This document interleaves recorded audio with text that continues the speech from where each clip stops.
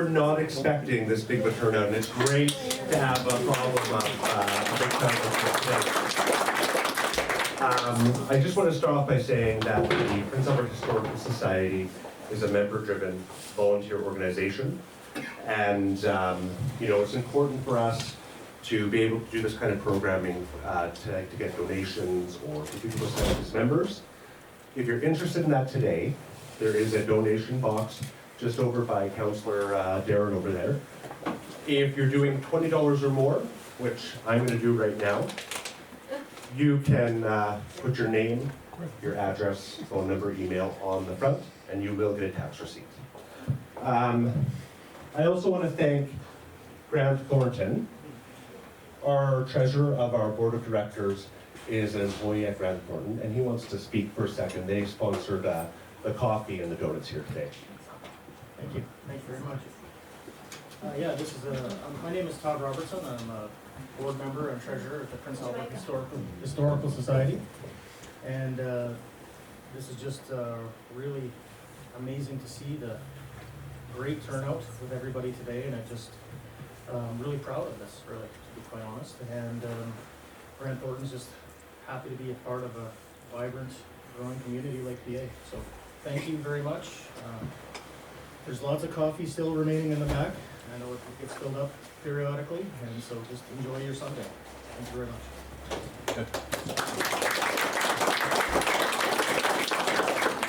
Now, some of you might not be aware, but Coffee and Conversation is a monthly event. So we try to hold it. We used to hold it during the weekdays, and we're trying out Sundays. And today is some proof that a Sunday does work well for some people. But our next one will be on rural churches of Prince Albert in pictures. And that will be on February 18th at 2 p.m. And just watch our Facebook page. We do put the posts up. And if you watch our Facebook page, you will see it come up there. As a good reminder to come out. We would love to see you guys again. That's Troy Thornton. Now, today, we have a special guest presenting on the Colle Falls project. So we have Paul Van Poel. Paul is a retired land surveyor who specializes in river engineering. He's known for some of his work focusing on the Saskatoon Weir, and most recently he wrote a novel on the subject that he's going to talk about today on the Colle Falls. There are a few things that are areas of intense study and scrutiny. So we talk about, say, public executions in the city, early settlements in the area, the river boats, but there's no subject that has captured the minds of the people of our city more than the Colle Falls project. Standing more than a century ago, and the debt lasting a legacy of half that time, it is a subject that we continue to shine a light on, and while it is studied or discussed, often there are still questions that linger in our minds. The board of directors has been quite excited about this presentation for a while, and around our table we've had some of those questions come up. Questions around perhaps feasibility, what went wrong, and questions such as that. So today we know that some of our questions will be touched upon by Paul, and that he will spur not only some insight, but also some curiosity into this project that is so deeply ingrained into our culture here in Prince Albert. So without further ado, let's give a warm welcome to Paul.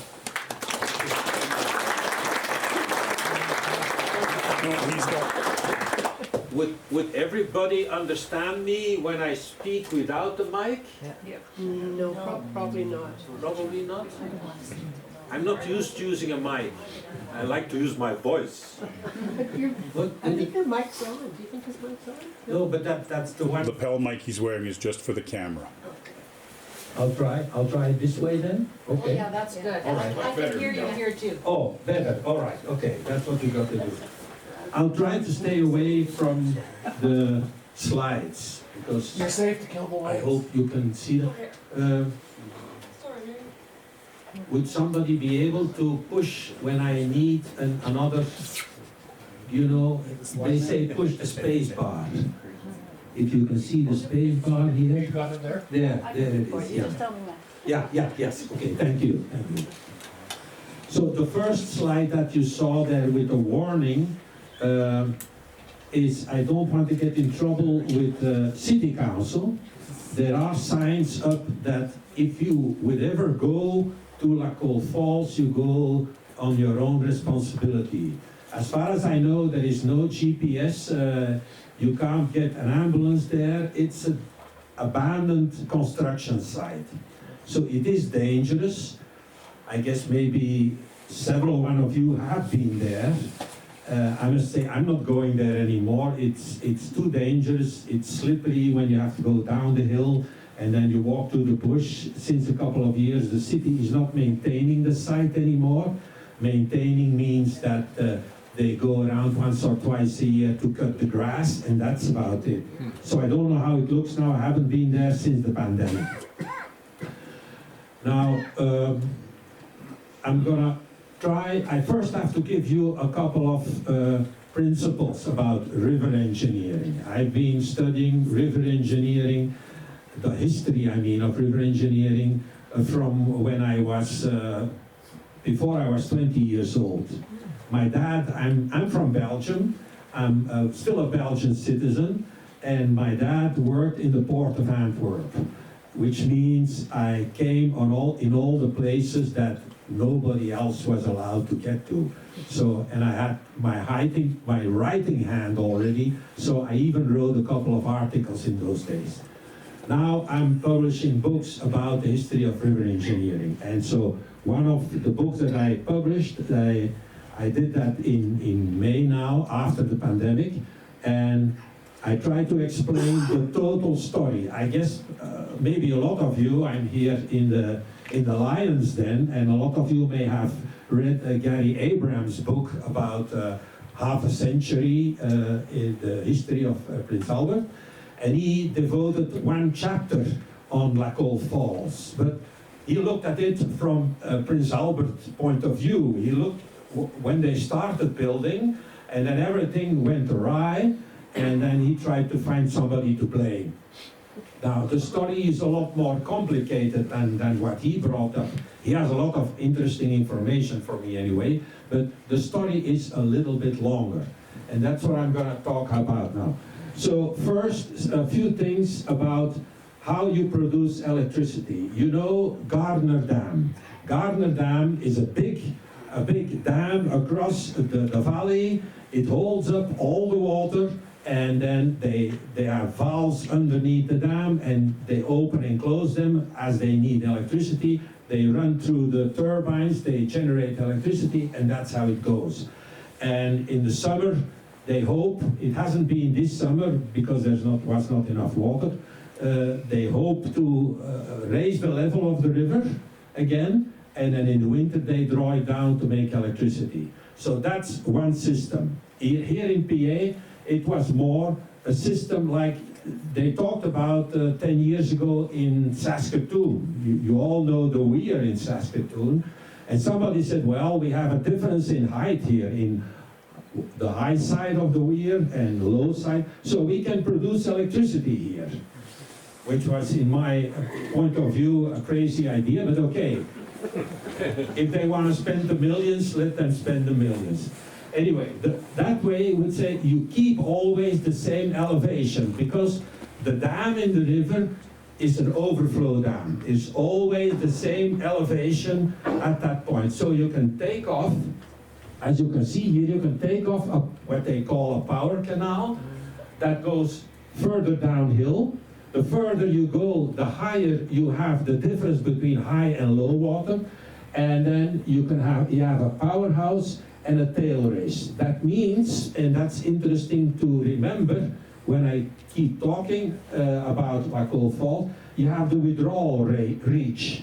That means once the moment you start drawing water through the power canal, you have less water going through the river, of course. And that's interesting in relation to La Colle Falls. Yes, can you? Now, I need a bit of history. And as you can see, in 1802, Prince Albert became the capital of the district of Saskatchewan. And you can see the borders. Saskatchewan is on top, underneath Assiniboine, and on the right there's Little Manitoba at that time still, and on the west it's Alberta.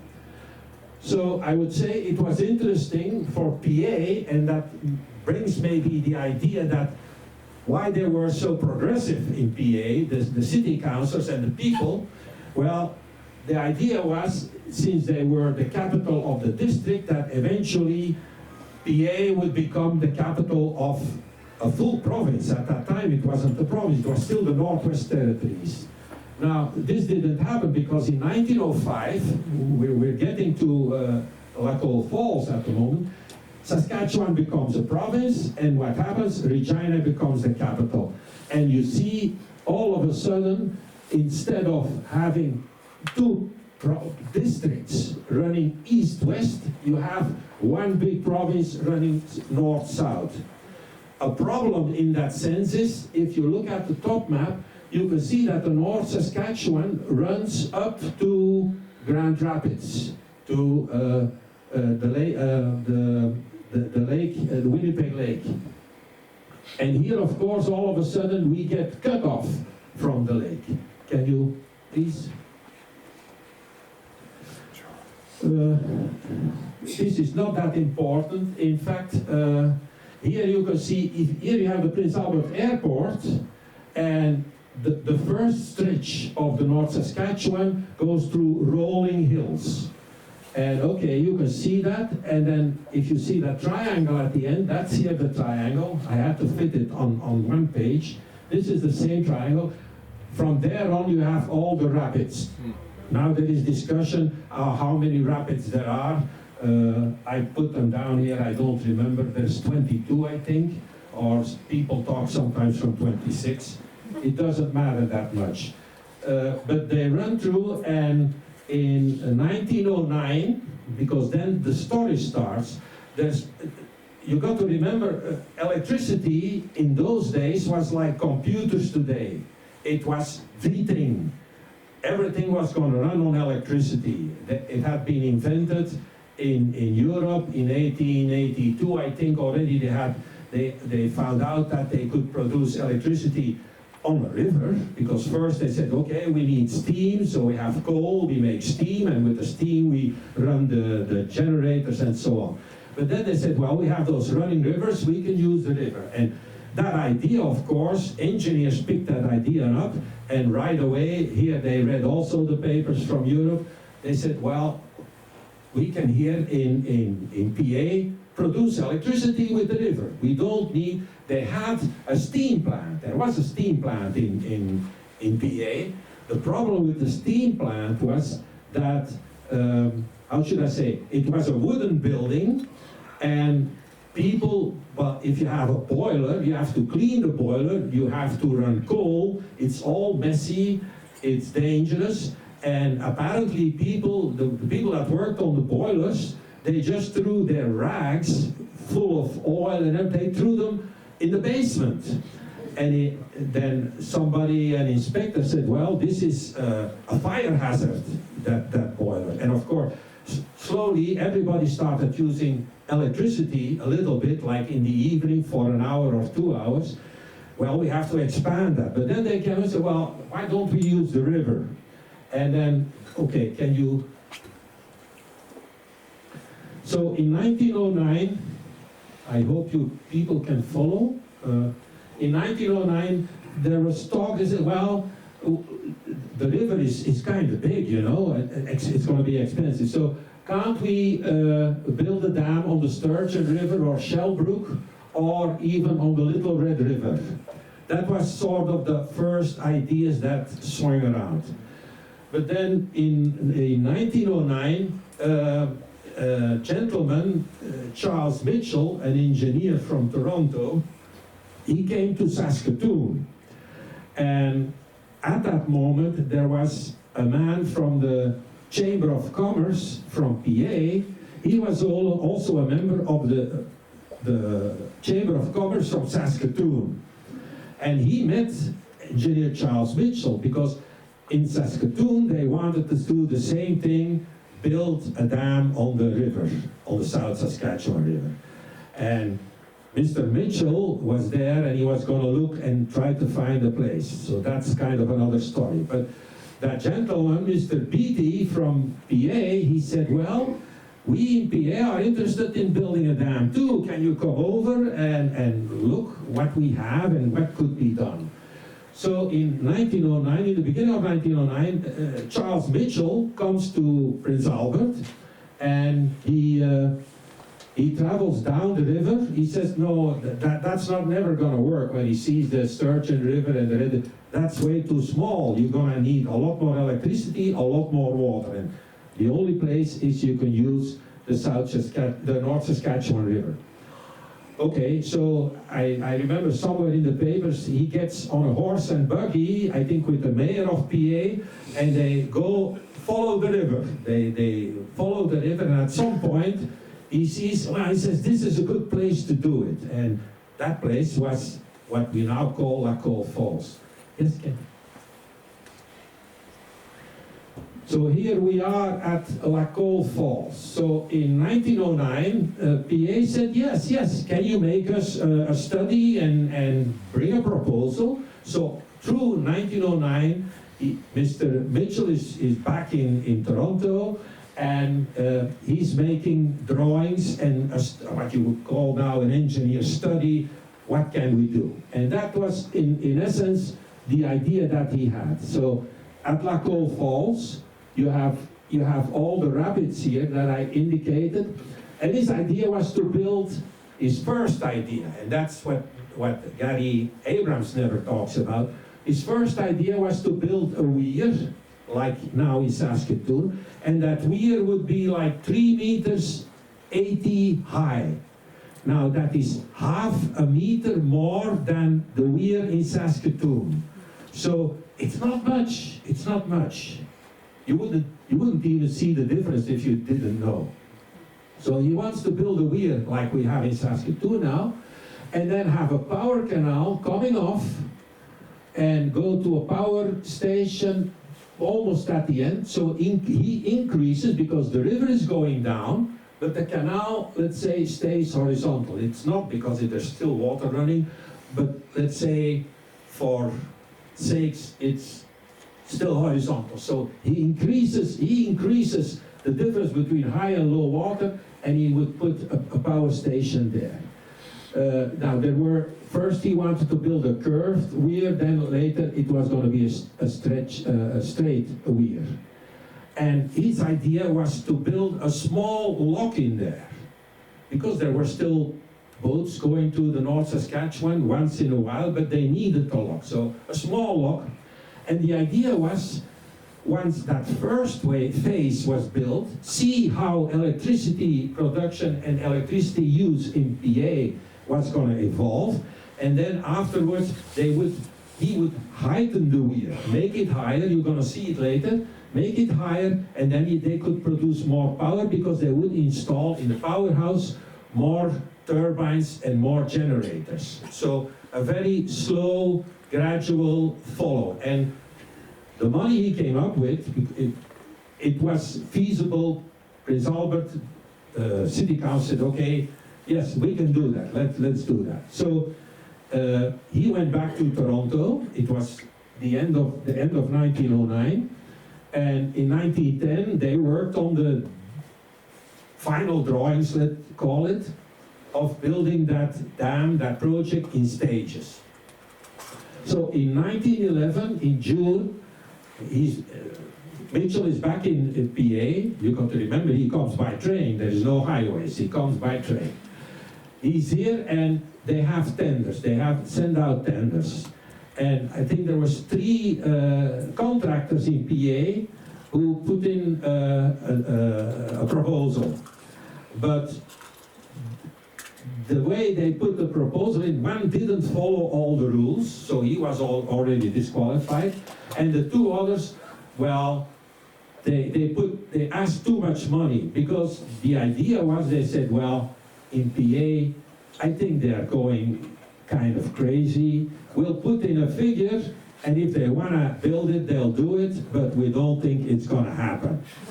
So it was a disillusion. So the city did its due work, and they asked consultants. They said, what do you think of this proposal? Again, it's a company from Toronto, very well-known engineers who had worked on the first power station in Niagara Falls, so they were used on working on the big things, not on something small like that. And they looked at the plans that Mitchell had made, and they said, well, this is too complicated what he proposes. Why isn't he building the dam to the ultimate height right away, and then it's going to be easier to have turbines?